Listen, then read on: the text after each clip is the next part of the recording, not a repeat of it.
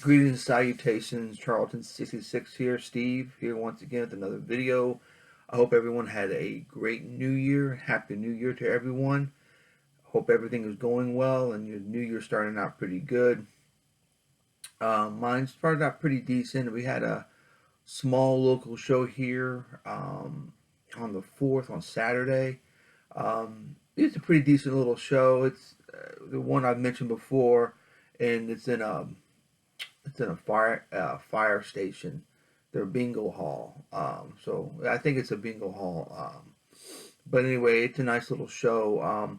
Saturdays are not as busy for some of the dealers, talking to some of the dealers there, as it is on Sunday. But I figured it was nice out. It was in the 50s.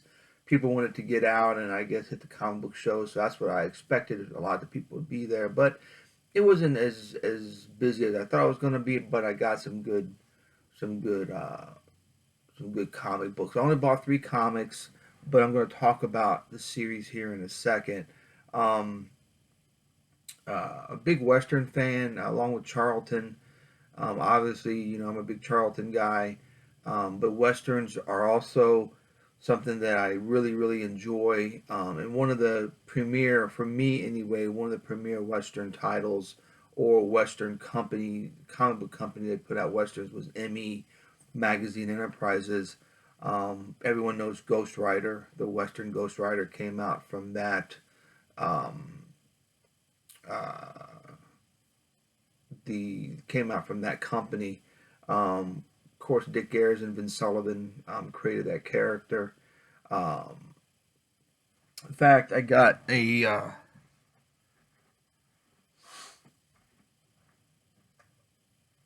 commission done of from Dick Ayers um, that he did for me. The Western Ghost Rider, which is a prize in my collection. Um, Very cool. It says the Ghost Rider co-created for 1949 for Magazine Enterprises by Dick Ayers and Vince Sullivan. For Steve Ogden, best wishes, Dick Ayers. Got this back in '99. The detailing is pretty cool on it. Um, but that's not the character I'm going to talk about. I just know people are familiar with that character. But the company Magazine Enterprises put out Durango Kid, um, Red Mask, um, uh, Bobby Benson and the B Barbie Writers. I got Tim Holt. I got a page up there, a Tim Holt page from number 5. I think it's Frank Bowl did that particular page, but they put out a lot of westerns. And one of my favorites, I like all of those titles, but Straight Arrow is a pretty cool comic book. Um, they put out I think it was 55 issues it ran, and also artwork, interior artwork by a guy named Fred Meager. Um, did the artwork on the inside, and Frank Frazetta did 2 covers. He did the cover to number 3, which I had an opportunity to buy yesterday. Well, actually, this is Monday, so Saturday. Um, and number 22, he did the cover on, which I bought 22. But without further ado, here's what I'm talking about. I was able to get the first issue of Straight Arrow with a dealer named Damien, which is a great dealer. People in this area know him.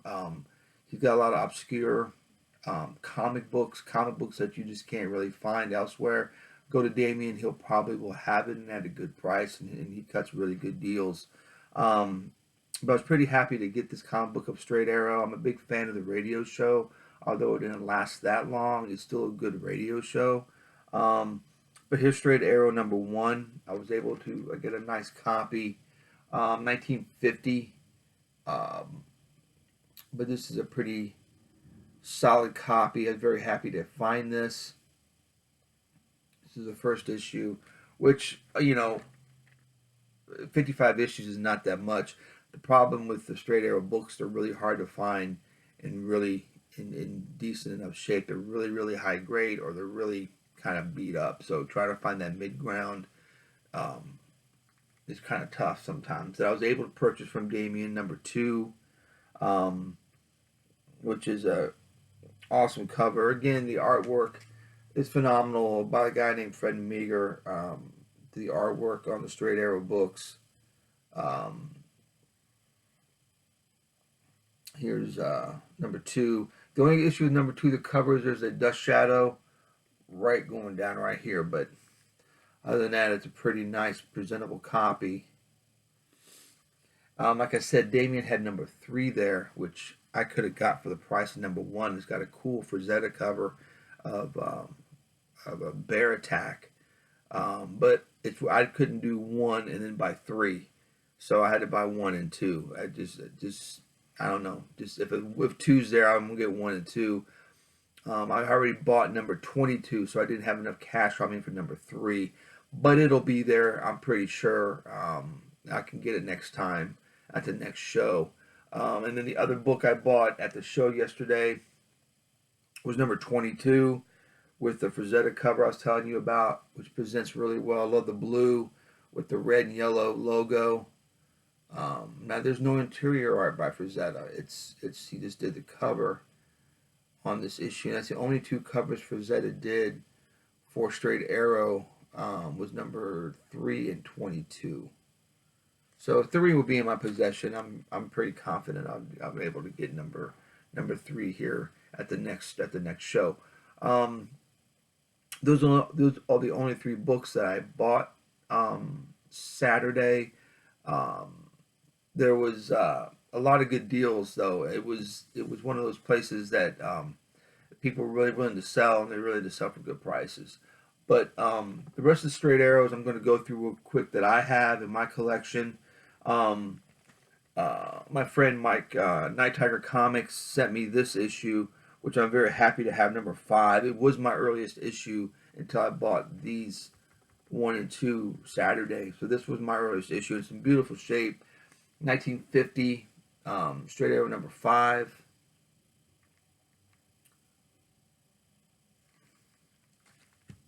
Thanks again, Mike, for that issue. Here's Straight Arrow number 28. I don't think this is 1952, I believe.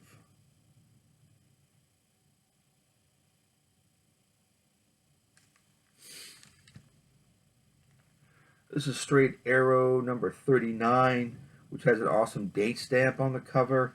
And it's such a great cover. A lot of action on this cover.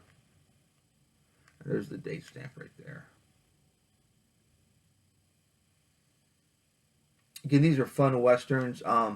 You can find most of them for around, without the Frazetta issues going on, number 3 and 22. You can find them for around $20, mid to low grade, $20-$25 for these issues. And they're fun to have in your collection. Again, this was from a radio show. I don't know what came first. I think the character came first and then the radio show. That's usually how it works out, but I could be wrong. Don't quote me on that. Here's 52, almost to the end. It's a nice cover here. Oh, and number 2, I believe has Red Mask. It might be his first appearance. I know it's his origin in this. Find it real quick. I think it's in number 2.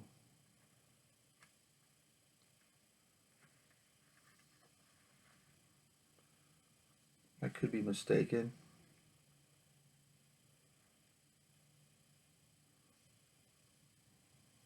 Red Hawk, I'm sorry, Red Hawk. I was getting Red Mask with my brain, but it's got awesome Powell artwork.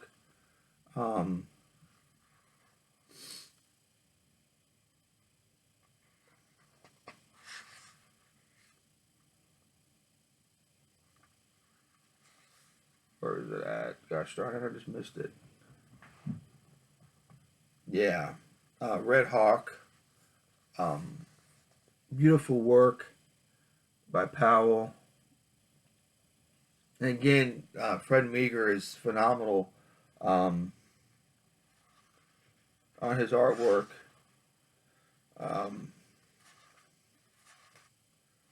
Just really good stuff. It's a phenomenal series. It's underrated. A lot of people for this time period, and rightly so, they go after the Atlas and some other companies. And kind of underappreciate